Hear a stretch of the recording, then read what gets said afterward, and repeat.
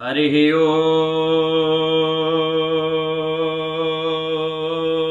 श्री परमात्मने नमो नमः। नमस्कार दर्शक बंधु, आपण माने देखुचंती हर्षिका मीडिया कार्यक्रम चली नीतिवाणी। नीतिवाणी रे आमे आसी पहुंचीचे चतुर्दश अध्याय रे 14तम अध्याय आसी पहुंचीचे। दाढ़ता भक्ति भक्त रामदास विरचित दाढ़ता भक्ति रे आमे अनेक भक्तों विषय जानी सारे। आज जानिबा जने भक्तों विषय जहाँकर ना दीनबंधु दास। केमिति से श्रेष्ठ भक्त रे गणा हेले, काहेकि रामदास तांका कथा दाढ़ता भक्ति रे स्थान देले, किभଳି भाबरे से प्रभुंक परीक्षा रे उत्तीर्ण होइथिले, सब कथा जानिबा। दुई पद प्रभुंक गिण कीर्तन आरंभ करिबा कार्यक्रम। जय जय जगन्नाथ देव देव राजा, लक्ष्मी पाटराणी जार अटंती भारी जा। नीलाद्रि कटके रत्न सिंहासने थाई, संसार कथा जे बुझंती बाबग्राही। संसार कथा जे बुझंती बाबग्राही। संसार कथा जे बुझंती भावग्राही। तू ताकू खोजिले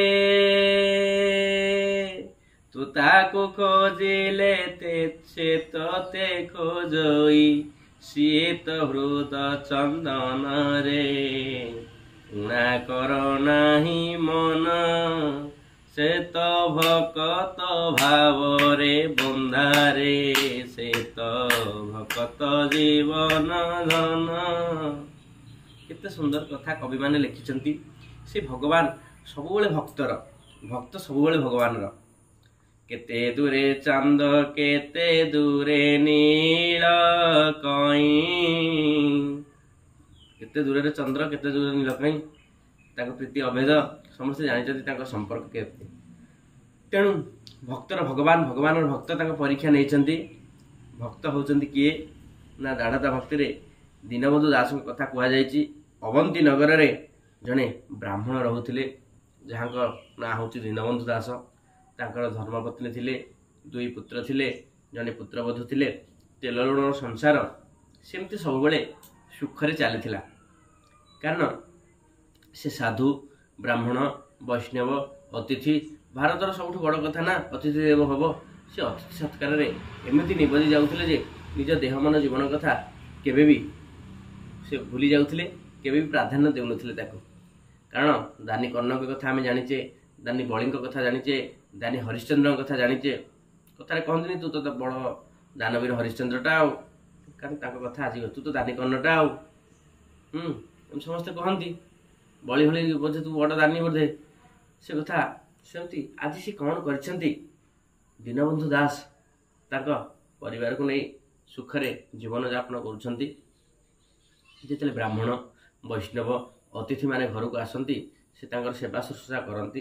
समस्ते ताको प्रणाम करंती, ताको पाद धोई दियंती, ताको भोजन दियंती, ताको सेवा करि दियंती। ए कथा धीरे धीरे प्रकट हैला। तुंडबाई सहस्रकोश भल कथा हो कि मंद कथा हो, अधम कौन भल काम करिछि धीरे धीरे प्रकट हब, अधम कौन खराब काम करिछि धीरे धीरे प्रकट हब। तेणु आपण भल काम करी प्रकट हेले आपन को जश कीर्ति मिलिबो।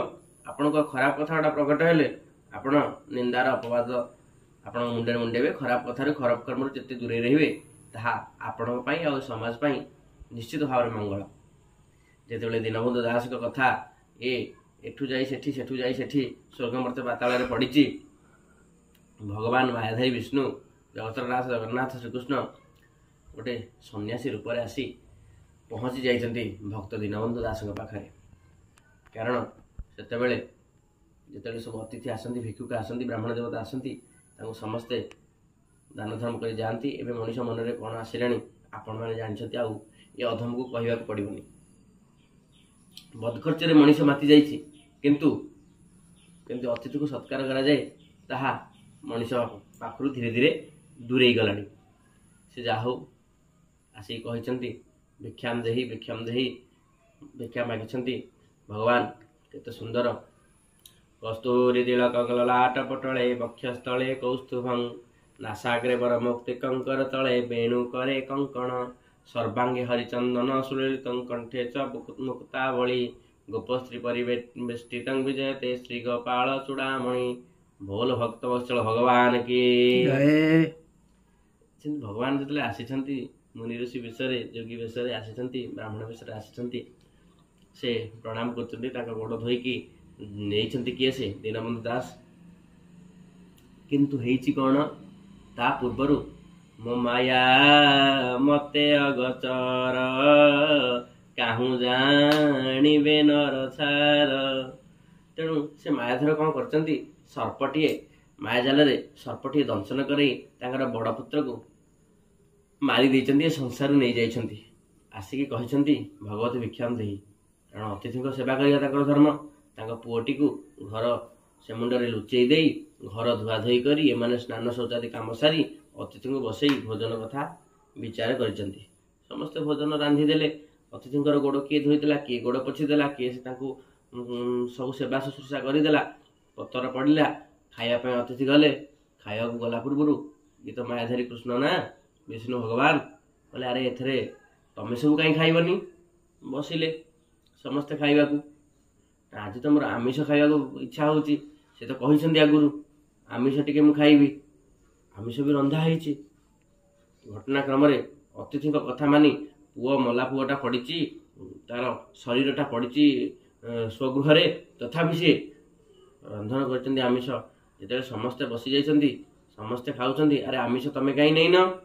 ତା ଦେହରେ ବିଷ ବୋଧେ ମିଶିଛି। ମାୟାଧର କେତେ ପରୀକ୍ଷା କରିଛନ୍ତି, କେତେ ବିଷ ବୋଧେ ମିଶେଇଛ, ସେଇ ଯୋଗୁଁ ମୋତେ ମାରିବା ପାଇଁ ତମେ ସବୁ ଆୟୋଜନ କରିଛ।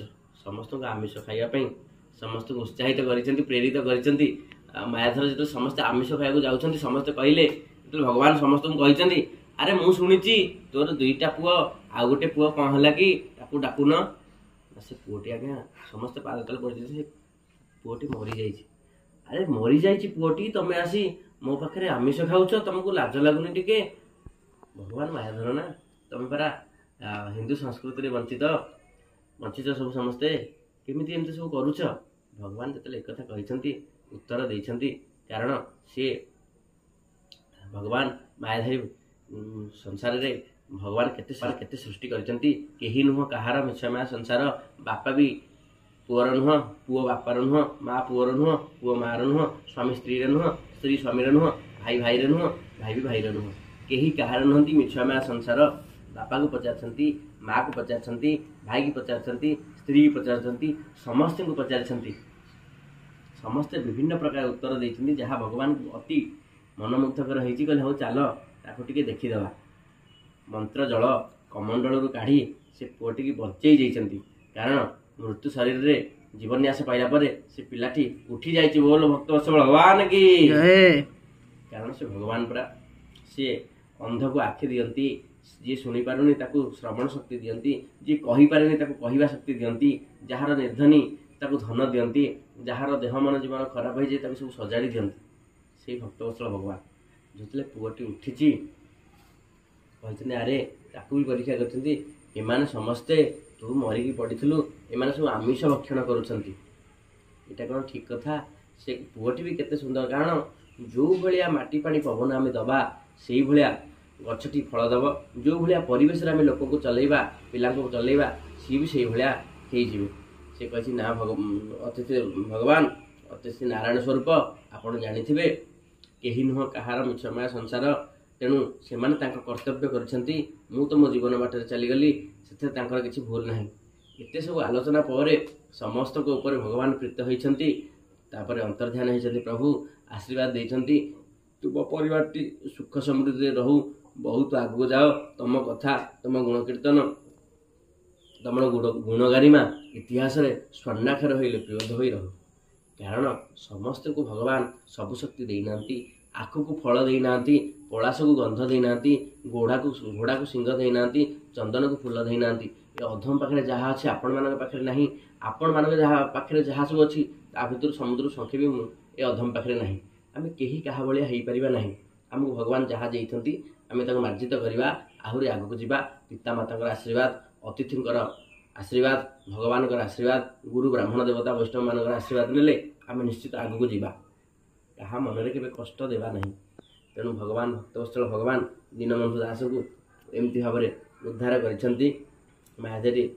ଆଉ ସେଥିପାଇଁ ଦୀନବନ୍ଧୁ ଦାସଙ୍କ କଥା ସ୍ଥାନ ଦେଇଛନ୍ତି ଭକ୍ତରାଜ ଦାଢ଼ତା ଭକ୍ତିରେ। ତେଣୁ କେତେ ସୁନ୍ଦର କଥା। ଦୀନବନ୍ଧୁ ଦାସଙ୍କ କଥା ପରେ ଆମେ ଆଗାମୀ ଅଧ୍ୟାୟରେ ଏଇ ହର୍ଷିକା ମିଡ଼ିଆରେ 15 ଅଧ୍ୟାୟରେ 15ତମ ଅଧ୍ୟାୟରେ ଆଉ ଜଣେ ଭକ୍ତଙ୍କ ବିଷୟରେ ଜାଣିବା। ଆଜି ଦୀନବନ୍ଧୁ ଦାସଙ୍କ କଥା କେମିତି ଲାଗିଲା ନିଶ୍ଚୟ ମତାମତ ଦେବେ। ଆପଣଙ୍କ ଜୀବନରେ ରହୁଥିବା ସମସ୍ୟା ମଧ୍ୟ ଆମକୁ କମେଣ୍ଟ କଲେ ଆମେ ସେ ସମସ୍ୟାର ସମାଧାନ ନିଶ୍ଚୟ ଜଣାଇବୁ। ଦେଖୁଥାନ୍ତୁ ହର୍ଷିକା ମିଡ଼ିଆ।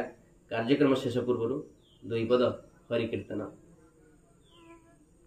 हरि ओम जगन्नाथ जगन्नाथ जगन्नाथ पाहि मां, जगन्नाथ जगन्नाथ जगन्नाथ रक्ष मां, जगन्नाथ जगन्नाथ जगन्नाथ पाहि मां, जगन्नाथ जगन्नाथ जगन्नाथ रक्ष मां।